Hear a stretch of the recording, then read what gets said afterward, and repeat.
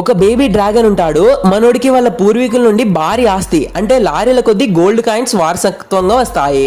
కానీ వాడు పరమ పిస్నారి. ఆ గోల్డ్ కాయిన్స్ ని వేరే వాళ్ళు ఎవరైనా కొట్టేస్తారేమో అని భయంతో ఏకంగా 2.5 సంవత్సరాల పాటు తనని తాను ఇంట్లోనే లాక్ చేసుకొని ఆ గోల్డ్ ని చూసుకుంటూ మురిసిపోతూ ఉంటాడు.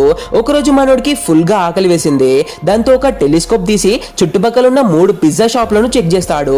చివరికి ఒక షాప్ ని సెలెక్ట్ చేసుకున్నాడు. ఎందుకంటే ఆ షాప్ లో ఒక క్రేజీ ఆఫర్ ఉంది. 10 నిమిషాల్లో పిజ్జా డెలివరీ ఇవ్వకపోతే ఫ్రీ. ఫ్రీ అనగానే కంజూస్ డ్రాగన్ కళ్ళు మెరిసాయి. వెంటనే ఆర్డర్ పెట్టేసి తన రూమ్ లో ఒక స్టాప్ వాచ్ పెట్టి టైమర్ ఆన్ చేశాడు.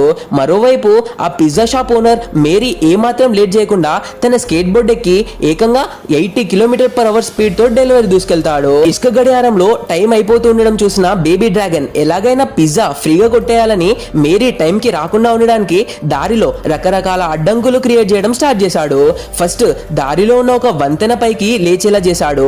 కానీ మేరీ చాలా స్మార్ట్. ఆ వంతెననే ఒక ర్యాంప్ లాగా వాడుకొని గాల్లోకి లాంచ్ అయ్యాడు. స్కేట్ బోర్డ్ ని వదిలేసి మరింత స్పీడ్ గా పరిగెత్తాడు. డ్రాగన్ షాక్ అయి మరికొన్ని అడ్డంకులు యాక్టివేట్ చేశాడు.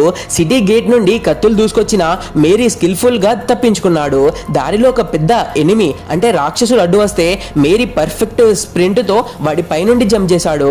ఒక పెద్ద రౌండ్ బాల్ తన పైకి వస్తే దాన్ని కూడా స్మార్ట్ గా రైడ్ చేస్తూ ఎక్స్ట్రా స్పీడ్ అందుకొని గాల్లోకి ఎగిరాడు.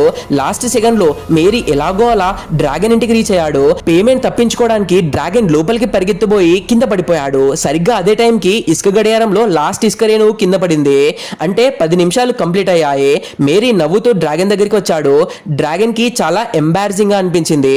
ఫేస్ సేవ్ చేసుకోవడానికి చాలా కష్టం మీద మనసు చంపుకొని ఒక చిన్న గోల్డ్ కాయిన్ తీసి మేరీకి ఇవ్వబోయాడు. కానీ మేరీ ఆ డ్రాగన్ సిచ్యువేషన్ చూసి పెద్ద మనసుతో ఆ పిజ్జాను ఫ్రీగా ఇచ్చేశాడు.